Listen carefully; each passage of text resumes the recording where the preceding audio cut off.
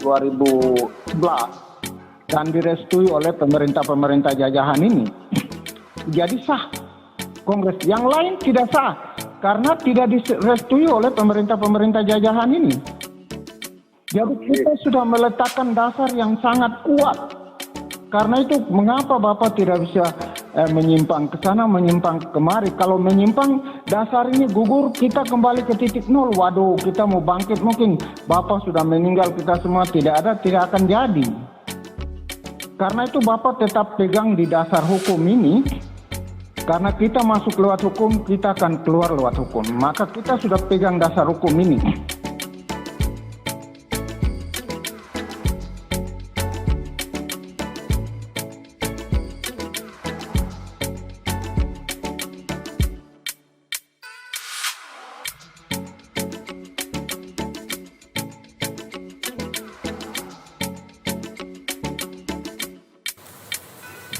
Sejak deklarasi pemulihan kemerdekaan bangsa Papua di negeri Papua Barat pada 2011 silam, negara Federal Republik Papua Barat terus mengupayakan penyelesaian pendudukan atas wilayahnya. Negara Federal Republik Papua Barat dengan presidennya Bapak Korkorus Yabo Sembut secara bertahap memperjuangkan kedaulatan bangsa dan negara Papua dari tangan Indonesia. Di lain sisi, Indonesia seperti mengabaikan upaya yang dilakukan. Terhitung sudah 9 tahun berlalu dan upaya penyelesaian belum juga mendapat titik terang. Selain itu, di internal bangsa Papua juga dengan adanya gerakan-gerakan lain yang tidak sejalan, sehingga berdampak pada basis rakyat yang belum sepenuhnya mendukung pemerintahan yang telah ada. Wadah persatuan yang telah dibentuk tidak berhasil menyatukan seluruh komponen bangsa Papua dan mendukung pemerintahan yang telah ada.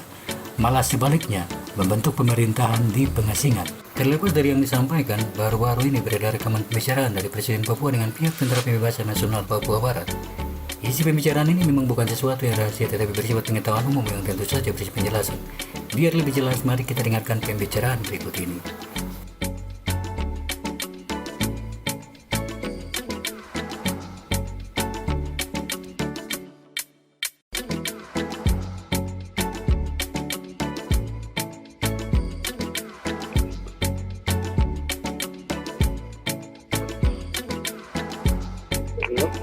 Ya, Pak. Halo. Ini Bapak besok ngobrol ini mereka itu apa buat jadi. Ada hanya nolnya. Oh, halo, Pak. Dan utusan apa ada kah? Oh, masih ada. Oh ya, halo kayak belum kuat Bapak Presiden Boti. Ada jenuh nolnya. Boleh kan sih? Ya. Oke. Semua dengar. Oke. Semua forum itu dengar semua. Bapak Presiden Boti hati HP. Oh, halo, Pak. Ya kok. HP itu lagi Bapak itu lagi. Ya. Ya, wah.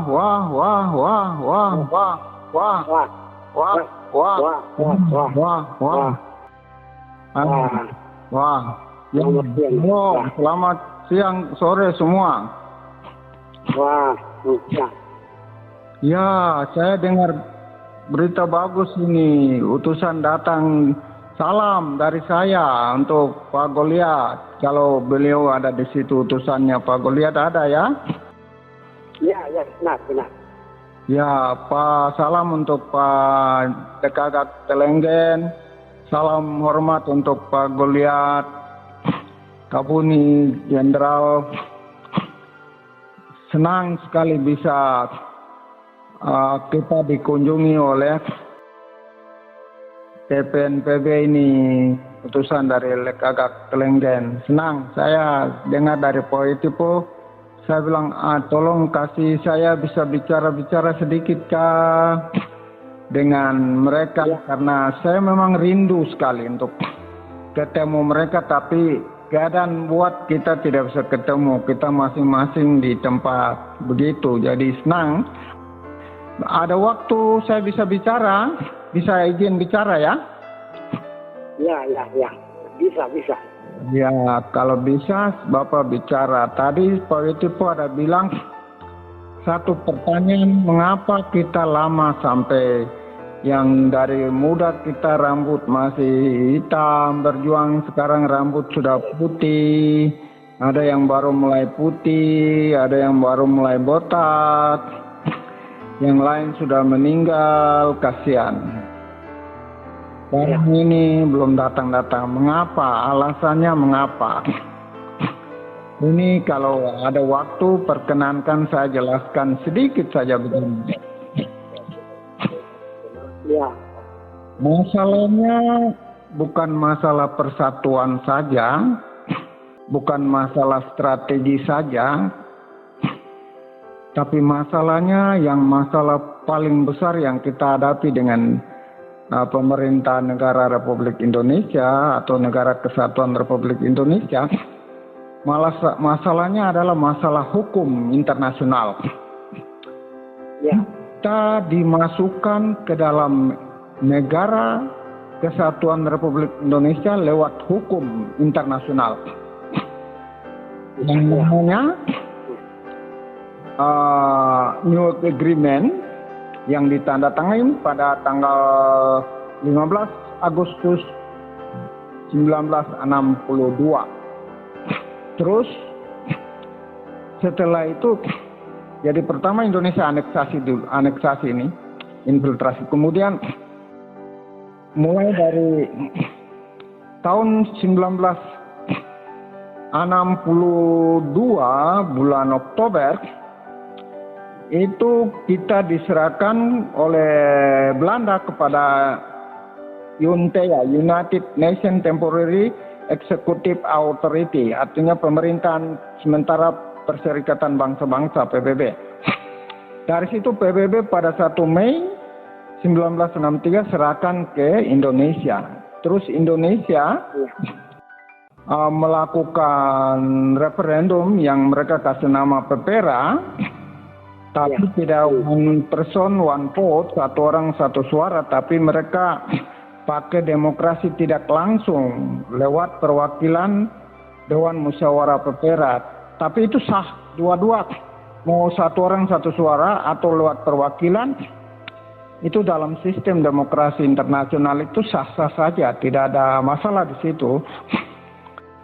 Itu masalah kita ada di situ, masalah hukum. Kita dimasukkan ke dalam negara Indonesia lewat resolusi 2504, resolusi Majelis Umum PBB, karena PEPERA Indonesia nyatakan menang, walaupun itu lewat tidak langsung, pemilihan tidak langsung, tidak satu orang satu suara, demokrasi tidak langsung. Tapi PBB sudah mencatat itu sebagai suatu keberhasilan dari Indonesia, sehingga keluarlah resolusi yang namanya 2504. Ini yang ikat kita, ini satu. Ikat kita di sini. Tetapi yang pertama, ini yang kedua, ini hukum kedua yang mengikat kita. Tapi hukum pertama yaitu kita ini hukum pertama ya. Yang tadi saya jelaskan itu hukum kedua. New York Agreement itu hukum internasional kedua yang ikat kita. Ya. Sedangkan yang pertama sekali yang ikat kita itu Indonesia masih menganggap kita ini adalah wilayah jajahan Hindia Belanda, atau dengan bahasa Belandanya disebut Nederlands East Indies, Hindia Belanda Timur. Tapi singkat saja kita bilang Hindia Belanda. Itu hukum pertama yang membuat kita diikat oleh hukum ini di dalam Indonesia. Bukan kita saja. Semua daerah di Indonesia, provinsi di Indonesia, ikat oleh hukum ini. Masalah kita ada di dua hukum ini sekarang. Dua hukum ini yang kalau kita belum bisa gugurkan atau dudukan masalah hukum kita secara baik, maka dunia tidak akan mengakui kita, karena dunia harus menghargai dua hukum ini. Anggota-anggota PBB tidak bisa melakukan intervensi terhadap Indonesia karena berdasarkan dua hukum ini, Papua adalah bagian yang integral, sah berdasarkan dua hukum ini, sehingga tidak bisa dipisah-pisahkan oleh siapapun. itu sesuai piagam PBB. Setiap anggota Perserikatan Bangsa-Bangsa harus menghargai wilayah kedaulatan sesama negara anggota PBB. Ini hukum ketiga yang mengikat, sehingga negara-negara di dunia menghormati Indonesia punya wilayah kedaulatan sampai Provinsi Papua dan Papua Barat sekarang. Masalah kita ada di situ. Sekarang bagaimana kita mau keluar dari tiga masalah hukum ini? Masalah itu yang negara federal sedang bekerja. Kita masuk lewat hukum, orang Papua, bangsa Papua, tanah air Papua Barat, masuk lewat hukum bergabung dengan Indonesia, dan kita juga harus keluar lewat pintu yang sama lewat hukum. Bisa mengerti? Ya. Kita harus kembali lewat pintu itu lagi baru keluar. Ibarat kita masuk di lubang gua besar, banyak jalan di dalam, bingung. Tetapi kita harus cari sampai kita dapat jalan keluar, kembali lagi keluar ke situ. Saya kasih paham ya? Bisa paham? Bisa. Ya, jadi jalan itu yang negara federal sudah temukan untuk kita keluar dari lubang batu. Indonesia punya lubang batu kurungan dengan banyak cara, alasan, dan sebagaimana sampai Otsus dan sebagaimana itu dia kurung kita di dalam lubang batu yang liku-liku itu. Maka kemarin di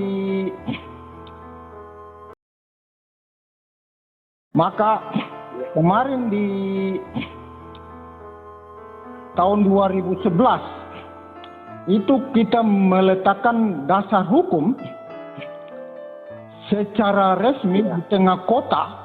Kita tidak sembunyi-sembunyi ya. Kita secara resmi di tengah kota, di kota Jayapura. Kongres pertama di kota Jayapura tahun 61. Kongres kedua juga di kota Jayapura tahun 2000 lalu. Kongres ketiga juga di kota Jayapura. 3 kongres ini sah secara hukum. Kongres pertama Belanda setujui baru dibuat tahun 61. Kongres kedua Indonesia setujui. Gus Dur kasih uang 1 miliar. Sah secara hukum. Kongres ketiga juga sah karena Indonesia kasih surat. SBY perintahkan Mendagri keluarkan surat menunjuk Dirjen Otonomi Daerah untuk hadir di Kongres 3 kasih sebagai keynote speaker, pembicara utama di dalam Kongres. Tapi Kodam larang tidak hadir. Tapi kita sudah pegang surat itu, sah. Jadi itu dasar hukum bahwa Kongres 3 itu sah karena Indonesia berikan legitimasi. Ada suratnya saya pegang, dan itu kalau buku besar Gubernur Etai Kema pegang, saya sudah lampirkan di dalam di buku besar itu. Surat dari Mendagri yang tunjuk Direktur Jenderal Otonomi Daerah untuk datang, dihadir tapi Kodam larang tidak ikut. Itu dasar hukum bahwa Kongres sah. Di Kongres sah karena itu mekanisme pengambilan keputusan politik tertinggi bangsa Papua mulai dari 61, 2000 dan 2011 dan direstui oleh pemerintah-pemerintah jajahan ini. Jadi sah Kongres. Yang lain tidak sah karena tidak direstui oleh pemerintah-pemerintah jajahan ini. Jadi kita sudah meletakkan dasar yang sangat kuat. Karena itu mengapa Bapak tidak bisa menyimpang ke sana, menyimpang kemari. Kalau menyimpang, dasar ini gugur, kita kembali ke titik nol. Waduh, kita mau bangkit mungkin. Bapak sudah meninggal, kita semua tidak ada, tidak akan jadi. Karena itu Bapak tetap pegang di dasar hukum ini. Karena kita masuk lewat hukum, kita akan keluar lewat hukum. Maka kita sudah pegang dasar hukum ini. Ini yang dengan deklarasi bangsa Papua di negeri Papua Barat 19 Oktober 2011 di lapangan Saklus Abepura Jayapura Papua itu sudah memenuhi syarat-syarat hukum internasional. Itu dasar hukum. Oleh karena itu di Eta Ikenma, tentara polisi tidak bisa tangkap kamu orang. Tangkap nanti mereka kena hukum lagi. Hukum makan hukum. Hukum makan hukum nanti. Jadi mereka tidak berani korek NRPB. Mau panggil, kalau panggil kita sidang berarti tinggal siap mereka kalah. Berangkat, pulang. Mereka takut panggil kita, sebut nama NRPB saja mereka takut. Karena secara hukum kita sah. Kalau kemarin Beni umumkan itu, mereka berani kasih komentar. Tapi negara federal sampai hari ini mereka tidak berani. Kalau sebut nama saja, itu berarti pengakuan. Kalau sudah mengaku, ya tinggal berunding. Begitu. Jadi mereka takut mengakui, sebut di media kah, di televisi kah, di mana sebut nama negara federal sekali dari Jakarta, takut setengah mati. Kalau sudah sebut berarti pengakuan. Kalau sudah mengakui, dunia bilang ya kau sudah tahu, berarti kau serahkan dia punya hak. Sudah ada negara toh. Yang sebelumnya belum ada negara. Sekarang sudah ada negara secara resmi, sudah memenuhi syarat-syarat hukum internasional, ya kau kasih dia punya hak. Itu yang berikut. Yang terakhir, dengan hukum ini, maka 3 hukum tadi itu sudah bisa ada toleransi. Toleransi untuk 2 hukum, yaitu piagam PBB, itu ada toleransi nanti, sehingga negara-negara dunia akan melihat, oh Papua benar. Benar kenapa? Pertama, hukum tadi pertama itu, Indonesia merdeka atas wilayah jajahan Hindia Belanda. Sedangkan kemarin kita deklarasi itu bukan atas, tidak ambil Indonesia punya wilayah, tapi kita atas wilayah jajahan Netherlands, New Guinea, atau bahasa Indonesianya Papua Belanda. Jadi beda. Di sini clear, Indonesia tidak bisa mengklaim Papua adalah bagian dari NKRI karena kita tidak caplok wilayah Hindia Belanda. Kita deklarasi atas wilayah Papua Belanda, yaitu Netherlands, New Guinea. Dari tahun 1951, kita bukan lagi wilayah Hindia Belanda, kita sudah wilayah hukumnya sendiri. Ini yang buat New York Agreement itu hilang atau gugur dan berakhir. Karena ini, hukum ini kita sudah buat di deklarasi di lapangan Sakaus. Karena itu New York Agreement sebenarnya sudah lemah. Tidak kuat lagi dengan resolusi 2504. Tapi karena semua rakyat Papua, organ-organ politik perjuangan, LSM, gereja, birokrasi orang Papua, dengan juga sebagian TPNOPM belum dukung negara federal, ini yang Indonesia senang, sehingga NRPB tidak didukung, berarti Indonesia senang untuk bilang di luar negeri bahwa NRPB itu tidak didukung. Akhirnya hukum ini jadi bulan-bulanan. Kalau semua dukung, di Saralanas ikut saya punya mau dukung negara federal kasih maju ke FIP tahun 2014, masalah sudah selesai. Kita sudah diakui oleh FIP, maka kita diakui oleh PBB, masalah sudah selesai. Karena hukumnya kita benar. Tapi Indonesia juga bermain di situ, putar di Saralana, supaya jangan akui NRPB. Kalau NRPB diakui, Indonesia sudah tidak ada jalan, kalah total. Secara hukum dia kalah. Mungkin secara militer dia bisa bertahan, tetapi secara hukum dia kalah. Masalah ada di situ. Jadi karena deklarasi atas wilayah mantan kolonial Netherlands, New Guinea atau Papua Belanda, maka kita punya wilayah sendiri. Jadi sudah tahu, orang mau merdeka bentuk negara itu di konvensi Montevideo itu ada pas 1933 itu ada syarat-syarat mendirikan sebuah negara, membentuk negara. Proklamasi membentuk sebuah negara ada 3 syarat utama. Pertama, punya wilayah yang jelas, secara hukum sah. Kedua, punya rakyat yang jelas, sah. Ketiga, punya pemerintah. 3 syarat ini harus terpenuhi, baru bisa diakui oleh dunia. Begitu. Di deklarasi di lapangan Sakos kita sudah penuhi 3 syarat ini. Secara hukum, kita punya wilayah adalah wilayah Nederland, Yugunya, Papua Belanda. Sah. Itu terpenuhi. Syarat pertama. Syarat kedua, rakyat kita adalah bangsa Papua yang sesuai dengan manifesto politik 19 Oktober 1961. Sah secara hukum. Syarat ketiga, kita kemarin di Kongres 3 kita sudah bentuk pemerintahan dengan undang-undang dasarnya lengkap. Jadi kita sudah penuhi 3 syarat ini di Kongres 3. Karena itu New York Agreement otomatis waktu itu kita sebagai objek hukum, tapi setelah deklarasi kita sekarang subjek hukum yang namanya belligerent, bahasa asingnya. Artinya negara yang sedang berjuang untuk mendapat pengakuan dan peralihan kedaulatan dari negara yang sedang menjajah. Jadi kita sekarang berjuang untuk mendapat pengakuan dan peralihan karena kita sudah memenuhi 3 syarat tadi di lapangan Sakos. Oleh karena itu kita tidak mau mundur kembali ke nol, susah dapat barang ini. Karena itu ya, saya jelaskan ini supaya kalau saudara dari TPN itu ada OPM, bisa rekam saja tidak apa-apa, saya izinkan rekam. Indonesia sudah tahu siapa yang bicara, tidak apa-apa itu. Mereka tahu, Jakarta tahu, sudah di proposal, di roadmap kemerdekaan, semua mereka sudah dapat. Tidak usah malu atau takut segan, tidak usah, sudah mereka sudah tahu sebenarnya.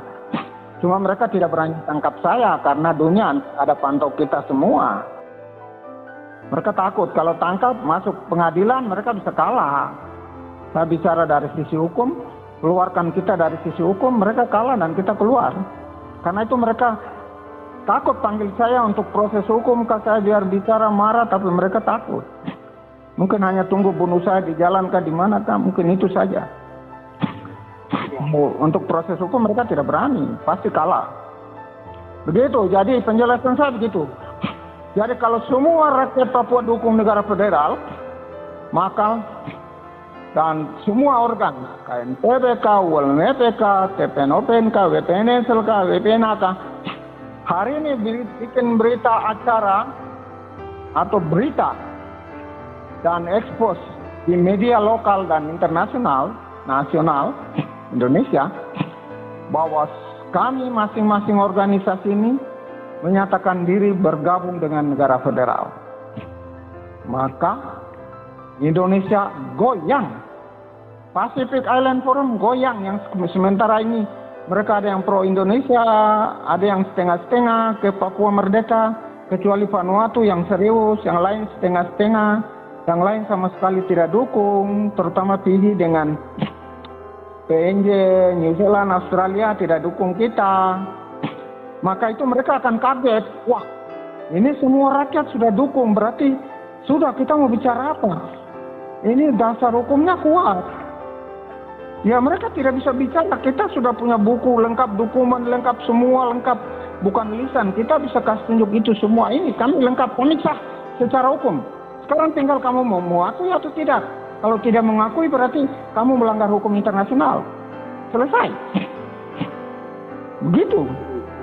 Begitu Bapak.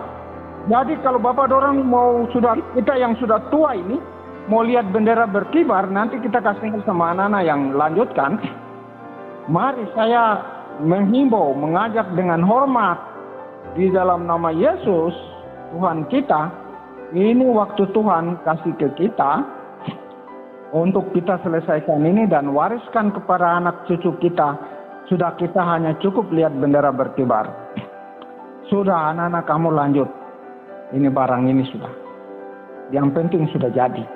Begitu Bapak-Bapak. Jadi begitu.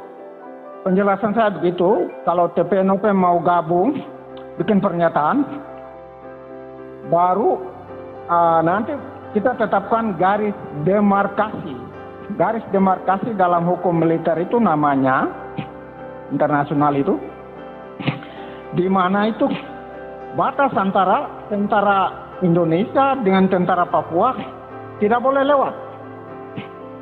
Itu namanya garis demarkasi. Garis demarkasi. Jadi kalau kamu taruh garis demarkasi di Nduga atau di mana sampai di Intan Jaya, itu tentara Indonesia tidak boleh operasi sampai di situ karena itu wilayah negara federal yang dijaga oleh Tentara Nasional Papua Negara Federal Republik Papua Barat. Mereka tidak boleh lewat. Mereka tidak boleh serang ke situ. Tinggal negosiasi dengan negara federal untuk berunding. Tentara tetap tinggal di masing-masing tempat, tidak boleh masuk ke wilayah negara federal yang dijaga oleh Tentara Nasional Papua. Begitu juga Tentara Nasional Papua tidak boleh melanggar itu. Itu namanya garis demarkasi yang dijaga oleh tentara masing-masing. Negara yang baru merdeka dengan negara yang sudah merdeka, yang jajah itu mereka kasih batas itu. Yang baru merdeka wilayah jangan dilewati oleh negara yang sedang menjajah. Itu dalam hukum militer internasional disebut garis demarkasi. Kalau TPNOPM bisa menyatakan sikap bergabung dengan negara federal, dimediakan ke media internasional maupun nasional dan lokal, terus tetap komandonya Panglima tertinggi adalah Presiden sesuai dengan hukum internasional di semua negara begitu. Panglima tertinggi di semua negara, itu apakah negara itu dipimpin oleh Raja, Kaisar, atau oleh Presiden, itu Panglima tertinggi itu mereka, Raja, Kaisar, atau Presiden. Di bawahnya Panglima tinggi dengan kepala-kepala staf. Jadi kalau mereka berani buat pernyataan, nanti mereka taat kepada Panglima tertinggi, Presiden. Dalam hal ini kita negara Federasi Republik, kita adalah Presiden. Kita bukan bagian dari Indonesia, ini harus tahu. Di dunia itu ada dua bentuk negara. Negara federalis, yaitu negara serikat, dengan negara unitarisme, negara kesatuan. Indonesia punya bentuk negara unitarisme. Kita NRPB bentuk negara federalisme, itu negara serikat. Indonesia unitarisme itu negara kesatuan, bentuknya negara. Kalau bentuk pemerintahannya Indonesia Republik, kita juga Republik. Itu bentuk pemerintah. Ini harus paham. Jangan sampai orang tipu, wah itu NRPB negara bagian dari Indonesia. Keliru. Itu salah. Saya guru, saya yang belajar barang itu, jadi saya jelaskan. Saya biasa mengajar anak-anak di SMA, semuanya seperti itu. Jadi, kita punya bentuk negara federalis, bentuk pemerintah republik. Indonesia punya bentuk negara kesatuan atau unitarisme, sedangkan bentuk pemerintah republik sama dengan kita. Begitu. Itu jelas ya? Jelas toh Bapak-Bapak? Oke, rekam bagus. Supaya Bapak-Bapak ini tadi saya tidak bilang rekam, supaya bisa titip rekamannya mereka putar di Rimba situ. Saya doakan mereka selamat di Rimba, terus berjuang, tapi harus cara-cara berjuang harus sesuai dengan hukum internasional, hukum militer internasional. Militer dengan militer baku tembak itu soal biasa, tapi jangan militer tembak masyarakat sipil atau rumah sakit, gereja, itu tidak boleh. Itu dilarang oleh hukum humaniter, hukum kemanusiaan dan juga hukum militer internasional. Itu kita semua bisa kena sanksi hukum internasional dan mahkamah internasionalnya ada di Den Haag, Belanda. Jadi silakan TPNOPM berjuang dengan cara senjata, tapi harus patuh kepada hukum internasional, hukum militernya maupun hukum humaniter.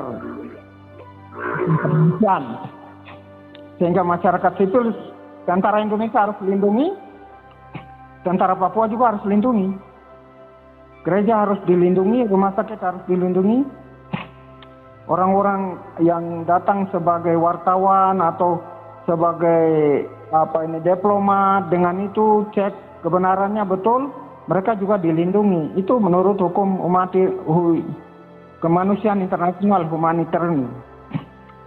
Nah, itu begitu. Jadi kalau tentara dengan tentara baku tembak baku bunuh itu soal biasa dalam hukum perang, tidak ada masalah. Tapi membunuh rakyat itu namanya melanggar kemanusiaan. Itu begitu bapak-bapak. Saya pikir itu penjelasan saya. Kalau ada pertanyaan silakan. Kalau tidak, terima kasih banyak ini. Salam untuk Goliat sekali lagi. Panglima di atas teman dengan komandan lapangannya Lekagak Telenggeng, komandan operasi ya. Salam dari saya. Tuhan Yesus melindungi kita semua sampai selesai ya. Mereka berjuang di Rinding, saya berjuang di tengah kota dengan teman-teman di kota, dan ya kalau Tuhan izinkan kita sudah keluar untuk bicara di luar negeri mulai dari Pasifik sampai Eropa dan PBB. Begitu. Semua ada proposal yang saya kasih ke gubernur, juga buku roadmap kemerdekaan saya sudah kirim dengan beberapa berita-berita. Silakan bisa baca-baca itu untuk itu. Di proposal sudah jelas. Tahun ini kita sudah tidak lagi bicara dengan Indonesia, karena Indonesia tidak mau berunding, maka tahun ini kita siap-siap ke Pasifik, dari Pasifik kita ke PBB. Sudah ada di proposal semua. Agenda kita itu untuk menyelesaikan secara hukum. Kita dimasukkan lewat hukum, kita keluar lewat hukum, maka kita mulai dari Indonesia. Prosedur 1, prosedur 2, KEVIP. Prosedur kita nanti bicara juga dengan Belanda, karena Belanda juga tanda tangan New York Agreement. Yang ketiga kita terakhir ke PBB. Keempat terakhir ke PBB. Dari tahun ini kita dengan Indonesia kita koma dulu. Koma karena dia tidak mau duduk bicara dengan dia. Kita ke FIP. Ke FIP dia tidak boleh marah kita. Marah NRPB karena kita sudah tawar 6 tahun, 9 tahun ini. Tapi dia tidak mau buka diri. Maka dia tidak boleh marah NRPB kalau kita besok ke FIP. Dan itu kita bicara lagi dengan Belanda, karena Belanda juga ikut tanda tangan New York Agreement. Itu prosedur ketiga, Belanda prosedur ketiga. Keempat, kita langsung ke PBB. Di PBB ada 3 badan yang akan kita ketemu. Yaitu Majelis Umum PBB, Dewan Keamanan PBB dengan Mahkamah Internasional. 3 badan ini yang nanti NRPB ketemu. Dokumen semua lengkap untuk ketemu mereka. Tapi kita lewat dia punya tangga. Kita tidak bisa naik ke tangga yang terakhir kan. Kita dari tangga 1, 2, 3, 4 begitu. Jadi kita ikut tangganya. Tangganya semua itu saya ada jelaskan di proposal. Silakan baca di dalam daftar itu, tabel. Silakan baca. Itu dari tahun ini kita kerja bareng itu sampai tahun berapa sampai di PBB. Tinggal rakyat mengakui, maka dia akan lari cepat. Seluruh rakyat, semua komponen perjuangan mengakui, maka proposal itu, jalan itu kita akan jalan cepat sekali, kilat sampai di sana. Mungkin waktunya tidak lama sudah sampai di PBB. Tapi kalau rakyat masih sana sini pelin-pelan, tidak ini, wah itu yang bikin lambat. Begitu Bapak-Bapak. Terima kasih. Itu penjelasan saya sini. Wah. Ada pertanyaan? Ada. Kalau tidak ada ya sudah. Sudah jelas ya? Sudah jelas. Ya, terima kasih. Salam ya, salam dari saya untuk semua TPNOPM di Nduga kah, di Intan Jaya kah, di Kalikopi, di Timika kah, semua salam dari saya. Saya senang dengar berita-berita dari kalian, cuma sedih juga. Sedih karena kita lama karena penjelasan tadi saya jelas. Jadi kita tidak bisa bantu karena kami berjuang dengan cara-cara hukum, jadi kami menghargai hukum. Jadi itu saja bedanya kita dengan itu. Tapi semua sama-sama tujuan sama. Membentuk negara, kita harus bentuk negara, jangan kembali ke nol lagi. Gitu. Ke nol lagi, kapan kita mau bentuk negara lagi? Tidak bisa, Indonesia tidak bisa kasih izin. Ini Indonesia suka kasih izin jadi sah. Dia tidak bisa ribut, dia tidak bisa marah kita NRPB karena dia suka kasih izin. Dia mau marah untuk apa? Begitu Bapak-Bapak. Jelas ya? Salam. Selamat sore. Wah. Saya kembalikan ke Pak Wetipo. Ya, ini Pak Wetipo, silakan. Jawab boleh ya nanti. Hormat. Selamat siang kah sore ini? Sore. Wah, hormat. Wah. Hello. Ano araw kaya yung ya, hello. Ya.